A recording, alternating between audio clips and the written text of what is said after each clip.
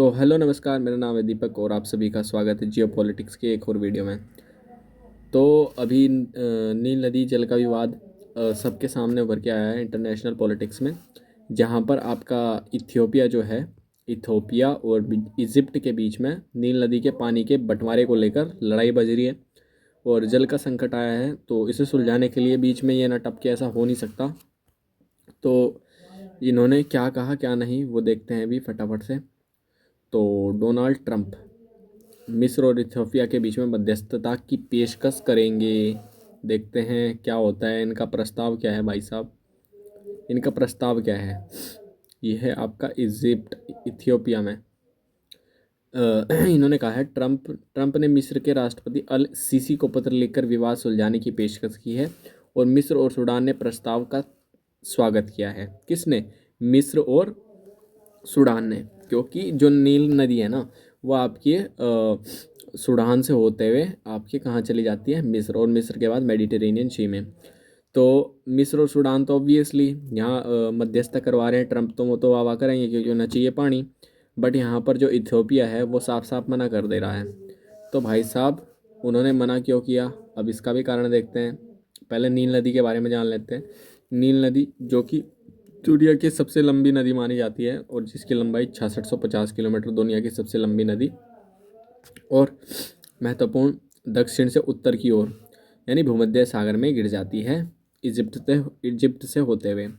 उसके बाद और महत्वपूर्ण बातें यहाँ पर लिखी हुई है, इसका विस्तार, जैसे कि ये 11 देशों से होकर गुजरती है और Tanzania, Uganda, Rwanda, Burundi, Congo, Kenya, Ethiopia, Eritrea, दक्षिण सूडान और सूडान मिस्र। देखो दो देश हैं, दक्षिणी सूडान और सूडान। दक्षिणी सूडान सूडान के नीचे है, जिसे दक्षिणी या साउथ सूडान कहते हैं। साउथ सूडान के ऊपर सूडान है, ठीक है। तो इसमें कन्फ्यूज़न मत करना कि सूडान दो कैसे आ गए, ठीक है। उसके बाद ये जो आपकी नाइल रिवर है, जो नील नदी है, सहारा रेगिस्तान जो है ना उससे होकर भी जाती है, ठीक है। और दो नदियाँ एक संगम। तो यहाँ पर देखो इसका गणित क्या है, मतलब रिवर का। जो आपकी लेक विक्टोरिया है ना लेक विक्टोरिया है, वहाँ से आपकी आती है वाइट नील। और आपकी जो इथियोपिया में जो लेक टाना है ना, वहाँ से आती है ब्लू नाइल। और जो कि खार्तूम यानी कि सूडान में जाकर ये मिल जाती है, ठीक है। उसके बाद इजिप्ट ने बना रखा है इस पे नाइल रिवर पे आसवान डैम, ठीक है। और उसके बाद यहाँ पर कुछ इम्पोर्टेंट फैक्ट्स देख लेते हैं। तो देखो यहाँ लिख रखा है कि ये सफ़ेद नाइल कहाँ से निकलती है, ब्लू नाइल कहाँ से निकलती है, दोनों खार्तूम में मिल जाती है आके, मतलब आगे। उसके बाद विवाद का केंद्र और स्थान की बात करते हैं। इथोपियन रेनेसा डैम की बात करें, स्थान देखो इथियोपिया नीली नदी पर है, ठीक है। इसमें कोई शक नहीं है हमें। घोषणा 2011 में हुई थी किसकी? इथोपियन, इसकी ग्रैंड इथोपियन रेनेसा डैम की। ये आपकी जो इथियोपिया है ना, तो इथियोपिया के बॉर्डर पर बनाया गया है। कौन? Grand Ethiopian Renaissance dam. उसके बाद उद्देश्य, अफ्रीका का सबसे बड़ा हाइड्रो इलेक्ट्रिक पावर प्लांट है आपका। कहाँ पर? इस ग्रैंड इथोपियन रेनेसा डैम पर। क्षमता क्या है इसकी? इथियोपिया से अपने विकास और संप्रभुता का प्रतीक मानता है, ठीक है। और उसके बाद हम आगे बढ़ते हैं, पानी का गणित देखते हैं और उसके बाद समझते हैं कि आखिर लड़ाई वड़ाई हो क्यों रही है भाई साहब, ठीक है। तो इथियोपिया डैम के जलाशय रिजर्वोयर को पानी से भरता है, यानी कि जो आपका इथियोपिया का जो डैम है ना उसके बॉर्डर पर, ये जो अभी हमने बॉर्डर की बात करी है ना, ये Ethiopian grand Ethiopian Renaissance dam, इसमें पानी भरता है ब्लू नाइल से। कौन? इथियोपिया। एंड देन जो आपका मतलब पानी की आवश्यकता ऐसे होती है, एंड नदी का प्रवाह जो है ना वो दक्षिण से उत्तर की ओर है, ठीक है। और मिस्र और सूडान को पानी की किल्लत हो रही है, यानी कि पानी कम पहुंच पा रहा है। तो परिणाम ये हो रहा है कि मिस्र की जो कृषि और अर्थव्यवस्था है ना उस पर सीधा हमला, यानी कि वहाँ पर उनकी इकोनॉमी ठप हो जा रही है, यानी कि जो उनकी एग्रीकल्चर इकोनॉमी है उस पर असर पड़ रहा है विदाउट वर्क पानी का, ठीक है। उसके बाद अगर डैम को जल्दी भरा गया तो मिस्र प्यासा रह जाएगा, ठीक है। मतलब ये है कि अगर ये पानी रोकेगा तो इजिप्ट पानी नहीं पहुंच पाएगा। और ऐतिहासिक और औपनिवेशिक संधियों के बारे में देख सकते हैं यहाँ पर।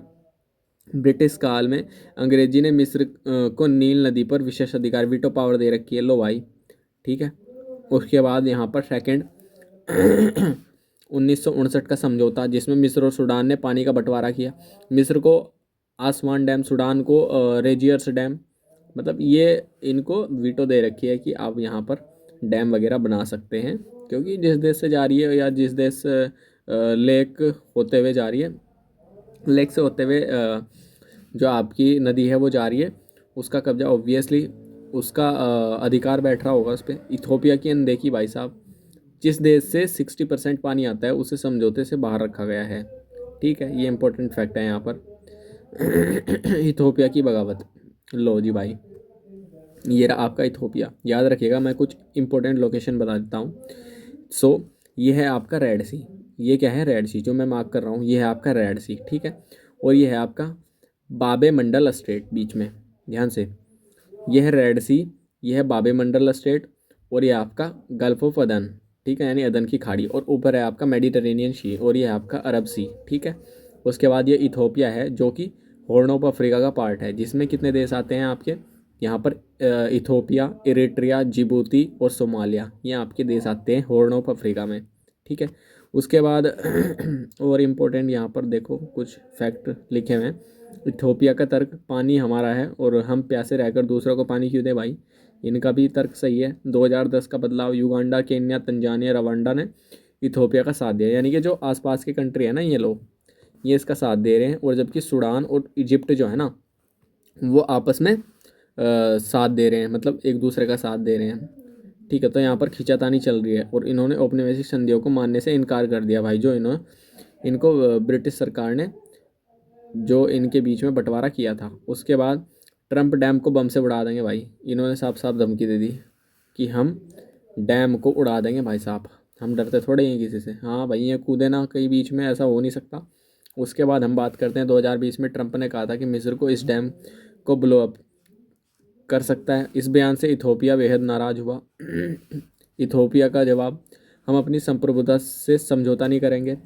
बाइडेन प्रशासन ने आकर स्थिति को शांत कर दिया, यानी कि जब तक ट्रंप थे तो वो तो विरोध में थे इसके, किंतु जब आपके बाइडेन फिर से 2020 में राष्ट्रपति बनते हैं तो वो फिर से इनके बीच में समझौता करवा देते हैं शांति का, ठीक है। उसके बाद आगे पॉइंट लिखा है, अब हमला क्यों नामुमकिन है। अब देखो भाई, हमला इसलिए नामुमकिन है क्योंकि अगर आप देखोगे ना, जो नाइल रिवर है, नाइल रिवर का जो फ्लो है ना वो साउथ से लेकर नॉर्थ की साइड है, और अगर बम से उस ब्रिज को उड़ाया गया तो जो वाटर है ना वो इजिप्ट के शहर में घुसेगा, या जो आने वाले आगे जो देश हैं उनमें ही भरेगा, या उन्हीं को नुकसान पहुंचेगा। तो पीछे तो नुकसान पहुंचेगा नहीं, तो सिंपल सी बात है, हमला करेगा ही नहीं वो। मतलब धमकी दे रहा है बट होगा कुछ नहीं, क्योंकि सब जानते क्या होगा इससे। वर्तमान स्थिति, डैम बन चुका है और जलाशय भरा जा रहा है। उसके बाद विनाश का डर, अगर अब डैम तोड़ा गया तो डाउन स्ट्रीम यानी कि सूडान और मिस्र तो बह जाएंगे भाई पक्का, क्योंकि बहुत बड़ा डैम है ना। और निष्कर्ष ये है, अब केवल कूटनीति, डिप्लोमेसी ही एकमात्र रास्ता है कि अब क्या किया जाना चाहिए क्या नहीं। तो यहाँ पर ट्रंप की वापसी का असल मकसद क्या है ये आपने समझना है, क्योंकि यहाँ पर जो तीर है ना वो तो ट्रंप खेलेंगे भाई साहब। देखो क्या होने वाला है यहाँ।